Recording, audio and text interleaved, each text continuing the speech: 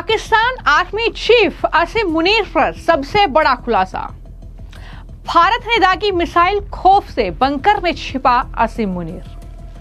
पत्रकार अंजना ओम कश्यप ने पाकिस्तानी सेना के झूठ का किया पर्दाफाश। भारत को गीदड़ भभकी देने वाला पाकिस्तान का आर्मी चीफ आसिम मुनीर भारत की मिसाइलों को नहीं झेल पाया। पाकिस्तान के आर्मी चीफ आसिम मुनीर को लेकर यह सबसे बड़ा खुलासा हुआ है। दरअसल भारत के खौफ से आसिम मुनीर बंकर में छिपा था, यानी भारतीय सेना ने जब जवाबी कार्रवाई पाकिस्तान पर की तो पाकिस्तान के एयरबेस पर जो मिसाइलें दागी, पाकिस्तान का आर्मी चीफ उससे डर गया और बंकर में छिप गया। जब भारत पाकिस्तान में लाहौर से लेकर रावलपिंडी तक स्ट्राइक कर रहा था, तब सेना प्रमुख वहां का मुनीर एक बंकर में छिप गया था और आसिम मुनीर करीब 3 घंटे तक बंकर में ही छिपा रहा। बड़ी जानकारी सामने आई है और इस जानकारी के मुताबिक भारत ने पाकिस्तान के खिलाफ जवाबी कार्रवाई के तहत रावलपिंडी में जो नूर खान एयरबेस पर स्ट्राइक की है, उस वक्त आसिम मुनीर अपने सरकारी आवास में मौजूद था, जो कि इस नूर खान एयरबेस के बगल में ही उनका आवास था। हमले को देखते हुए आसिम मुनीर को तुरंत बंकर में शिफ्ट कर दिया गया, जहां पूरे स्ट्राइक के दौरान आसिम मुनीर बंकर में ही छिपा रहा।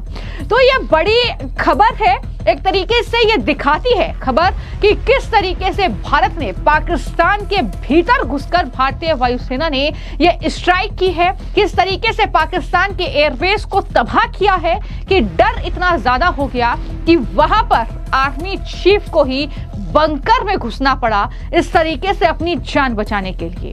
तो पाकिस्तान के मुल्ला जनरल कहे जाने वाले आसिम मुनीर ने पहलगाम हमले के बाद भारत को धमकी दी थी। याद रखें, ये वही आसिम मुनीर है और किसी भी सैन्य कार्रवाई का करारा जवाब देने की बात जो है वो आसिम मुनीर लगातार कर रहा था। भारत को वो तोड़ने की बात कर रहा था, भारत में वो जवाबी कार्रवाई की बात कर रहा था, लेकिन जब भारत ने जवाब दिया, जब भारत ने स्ट्राइक वहां के एयरबेस पर की, तो वो आसिम मुनीर बर्दाश्त नहीं कर पाया और बिल में छिपकर बैठ गया। अंदाजा लगाइए कि जिस देश का आर्मी चीफ को ही बंकर में शरण लेनी पड़ी हो, वहां पर किस तरीके की जवाबी कार्रवाई भारतीय सेना वायुसेना के जरिए की गई होगी, किस तरीके की तबाही वहां पर मचाई गई होगी कि ये तस्वीरें देखकर आर्मी चीफ जो है वो बंकर में घुस गया। और जिस तरीके से लगातार पाकिस्तानी सेना खुद को पोर्ट्रे करने की कोशिश कर रही है, अपनी आवाम के बीच अपनी अच्छी तस्वीर बनाने के लिए, अब उसको लेकर पत्रकार अंजना ओम कश्यप की तरफ से एक पोस्ट करते हुए पाकिस्तान की आर्मी पर बड़ा खुलासा किया गया। अंजना ओम कश्यप ने लिखा कि युद्ध के समय 2 समानांतर युद्ध चलते हैं, एक सेना अपनी जान की बाजी लगाकर लड़ती है और एक सूचना वॉर। अंजना ओम कश्यप ने लिखा कि जिहादी जनरल मौलाना मुनीर आज तक के वीडियो को काट छाट कर दिखाता है, उसकी पोल हम खोल रहे हैं, पर गिला तो उनसे है जो देश में रहकर पाकिस्तान प्रोपेगेंडे के लिए लड़ रहे हैं, अपनों से गाली गलौज कर रहे हैं, कभी पाक के सस्ते सुप फैलाकर तो कभी अपने देश का मजाक उड़ाकर। मुनीर का मुखौटा मत बनिए, सच्चाई सिर्फ एक है, भारतीय सेना ने इस स्ट्राइक में पाकिस्तान को धूल चटाई है। एक देश एक आवाज, जय हिंद। ये है अंजना ओम कश्यप का पोस्ट, जिसमें उन्होंने देश में भी जो गद्दार बैठे हुए हैं, देश में भी वो लोग जो पहले ये कह रहे थे कि से नो टू वॉर, लेकिन आज वो कह रहे हैं कि मोदी जी ये क्या कर दिया, युद्ध रोक दिया, वो भी ट्रंप के कहने पर युद्ध रोक दिया, इतने डर गए, और ये तमाम बातें कही जा रही हैं। उनको भी अंजना ओम कश्यप ने एक तरीके से आड़े हाथों लेते हुए इस तरीके से उनकी क्लास लगाई है। तो कुल मिलाकर जिस तरीके से भारतीय सेना की कार्रवाई के बाद पाकिस्तान बैकफुट पर है, पाकिस्तान ने खुद घुटने टेकते हुए ये कहा कि युद्ध रोकिए, क्योंकि जिस तरीके का नुकसान पाकिस्तान को हुआ है, जिस तरीके की तबाही पाकिस्तान में हुई है, वो लगातार सेना सबूत के तौर पर सामने रख रही है। और भारतीय सेना ने यह साफ कर दिया है कि कोई भी अगर पाकिस्तान की तरफ से हिमाकत की जाएगी तो एक्शन और ज्यादा कड़ा होगा और ज्यादा बड़ा होगा, ये साफ कर दिया है। लेकिन वहीं पर जो खबरें पाकिस्तान से आ रही है कि किस तरीके से असीम मुनीर को बंकर में छिपना पड़ा, तो सोचिए पाकिस्तान का आर्मी चीफ है असीम मुनीर, लेकिन बाकी जो वहां के टॉप जो सेना के अधिकारी हैं, जो वहां के आम सैनिक हैं, वो किस तरीके से वहां पर तबाही मची होगी जब भारतीय सेना ने जवाबी कार्रवाई के तौर पर स्ट्राइक वहां पर की और कई एयरबेस को तबाह किया। तो ये वो आसिम मुनीर है जिनके पास पाकिस्तान में सेना का पूरा कंट्रोल है। पाकिस्तान में नियमों के मुताबिक सेना प्रमुख को ही परमाणु हथियार चलाने की जिम्मेदारी भी दी गई, यानी परमाणु कंट्रोल का जिम्मा भी असीम मुनीर के पास ही है। पाकिस्तान में सेना प्रमुख के पद को सबसे पावरफुल माना जाता है, सेना प्रमुख ही सबसे बड़े फैसले करता है। लेकिन यही पावरफुल व्यक्ति जब भारत ने वहां पर एक्शन की शुरुआत की, जब वहां के सैन्य ठिकानों को भारत ने निशाना बनाया जवाबी कार्रवाई के तौर पर, जब भारतीय वायुसेना का पराक्रम पाकिस्तान में दिखा, तो यही पावरफुल व्यक्ति जो था वो पाकिस्तान में बंकर में जाकर छिप गया और वो भारत की मिसाइल, इन ड्रोन का सामना नहीं कर पाया, भारत की इस स्ट्राइक का सामना नहीं कर पाया, जिसको लेकर अब retired major general GD Bakshi ने जवाब दिया है और कहा है कि पाकिस्तान को रियलिटी चेक देना जरूरी है। और साथ ही साथ किस तरीके से पाकिस्तान के आर्मी चीफ असीम मुनीर पर भी जो है retired general major GD Bakshi भड़के हैं, क्या कुछ उन्होंने कहा है, जरा सुनिए। एक एयर मार्शल कहते हैं हम तो साहब हिल गए, हमारे पास कोई डिफेंस नहीं है, जो इंडियन मिसाइल फायर हो रहे हैं हमारे बेसिस के परखच्चे उड़ा रहे हैं, हमारे मिसाइल हिट नहीं कर पा रहे। साहब बड़ी मुसीबत है। अब बोलो कि अमेरिका कहाँ है, क्यों नहीं इंटरवीन कर रहा, सऊदी अरेबिया कहाँ है, क्यों नहीं हिट कर रहा। इनकी हालत पतली हो गई, लेकिन कुत्ते की दुम है, स्टील की ट्यूब में भी डालो 10 साल बाद निकालो तो साली टेढ़ी निकलती है, ठीक है। और आसिम मुनीर साहब तो जानते हैं कि अगर एविडेंट हो गया कि मैं पिट गया हूं, मैंने पाकिस्तान को पिटवा दिया। आसिम मुनीर की बेवकूफी ने पाकिस्तान की एयरफोर्स को पिटवा दिया है। और देखिए, जब मेजर कॉन्फ्लिक्ट होता है तो पहला फेज होता है गेनिंग एयर सुपीरियरिटी। जैसे ही आप एयर सुपीरियरिटी गेन कर लेते हैं, आसमान हमारा है, उसके बाद हमारी ग्राउंड फोर्सेस जाती हैं और हमारी नेवी जाती है। 1971 में भी ठीक यही हुआ था। 1971 एग्जैक्टली ये आया था। एयर सुप्रीमेसी, एयर सुपीरियरिटी ने एयर सुप्रीमेसी हासिल करी थी बांग्लादेश के ऊपर, और फिर बम्पर टू बम्पर हमारे कॉलम चले थे। रिजल्ट सारी दुनिया को मालूम है, 13 दिन में पाकिस्तान के 2 टुकड़े। अभी जो है पाकिस्तान हिल चुका है, लेकिन कल हमको बड़ी हैरत हुई थोड़ी सी, पिट गए हो, दुनिया से जाके रो रहे हो, गिड़गिड़ा रहे हो कि मेरे को छुड़ा दे मेरे आका, मेरे को बचा दे मेरे आका, और फिर आदेश देते हैं कि इनके जो PR डिपार्टमेंट्स हैं वो YouTube पे वीडियोस डालती हैं कि जश्न मना रहे हैं पाकिस्तान वाले लंदन में और कहाँ कि हम जीत गए, हम जीत गए। ओहो तुम जीत गए, फिर तो मियाँ अभी और पड़ेगी तुमको, जब तक जरा असलियत का तुमको अंदाज ना हो जाए, ठीक है ना। अपने लोगों को घुंटी मत पिलाओ कि हम जीत गए, हम जीत गए। तुम पिटे हो और बुरी तरह से पिटे हो, इसमें दो राह नहीं, ठीक है। लोग तुमको ऑफ रैम्प देने के लिए ज़्यादा तुम्हारे जख्मों में मिर्च नहीं लगाना चाहते, लेकिन इसका मतलब ये नहीं कि तुम दुनिया भर में डांस करना शुरू कर दो कि हम जीत गए, हम जीत गए। तो फिर असलियत, रियलिटी चेक आपको दे देना पड़ेगा।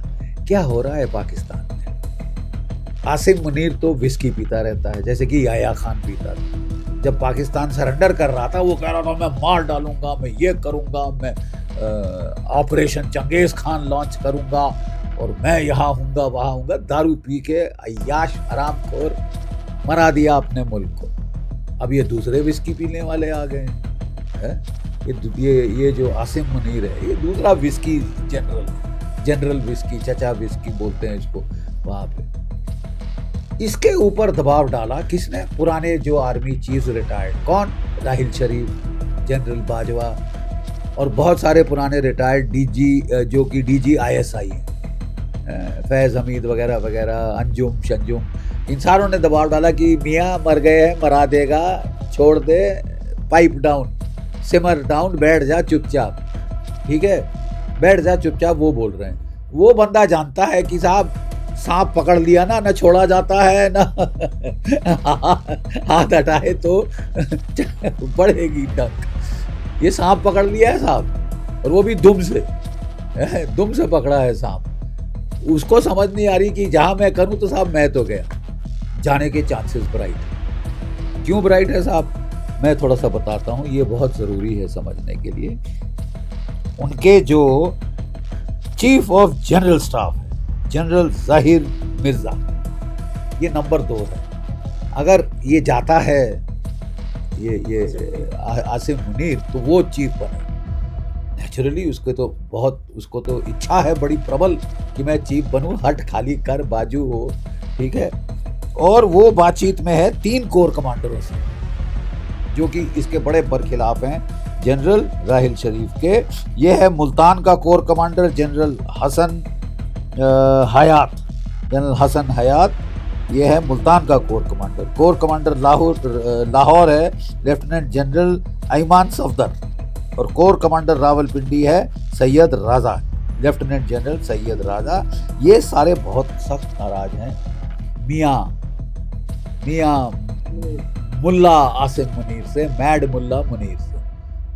ये जाएगा तो इन लोगों की चांस प्रमोशन का आता है, और इनकी वजह से अब देखिए हर कोर कमांडर के चमचे चांटे अपने होते हैं फौज में, मिडिल टायर में होते हैं।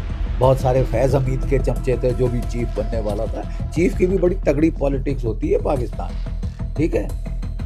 मुझे तो अंदेशा लग रहा है साहब कि आसिम मुनीर साहब जाने वाले, चंद दिनों के मेहमान है। आप विस्की पी लो जितनी पीनी है सरकार की, फिर अपने पैसे से पीनी पड़ेगी। तो इंडिया के एयर मार्शल ए.के. भारती ने कहा है कि हम पूरी तरह से, हमारी पूरी तैयारियां थी और इनका हर हमारा जो टारगेट था वो पूरी तरह से होता। वो बिल्कुल सही फरमा रहे हैं। हमारी एयरफोर्स ने शानदार परफॉर्मेंस करी, और मेरे हिसाब से तो हमारा अगला मार्शल ऑफ द एयरफोर्स होना चाहिए एयर चीफ मार्शल APC। बहुत शानदार काम किया, बेहतरीन काम किया है हमारी एयरफोर्स ने। और बाकी नेवी को भी मौका मिलता, वो बेचारे मौका ढूंढ रहे कि साहब हमारे भी हाथ खोले जाएं तो हम टूट के पड़ जाएं भूखे भेड़ियों जैसे इनके ऊपर। और कराची की तो ईंट से ईंट बजा देनी थी उन लोगों ने। अभी भी मुझे उम्मीद है, मैंने उम्मीद नहीं हारी हमारे नेवी के लिए, ठीक है। और वो बिल्कुल सही कह रहे थे कि भाई अगला सेट ऑफ टारगेट्स था, economic targets, strategic targets, energy targets, वो सब हमारे रडार पे थे। तो तुम नहीं बाज आओ तो तुमको बता देंगे, ठीक है। अभी मैं आपको फलसफा इसका सब चीज जो है वो बता। देखिए साहब, operation Sindoor is not over.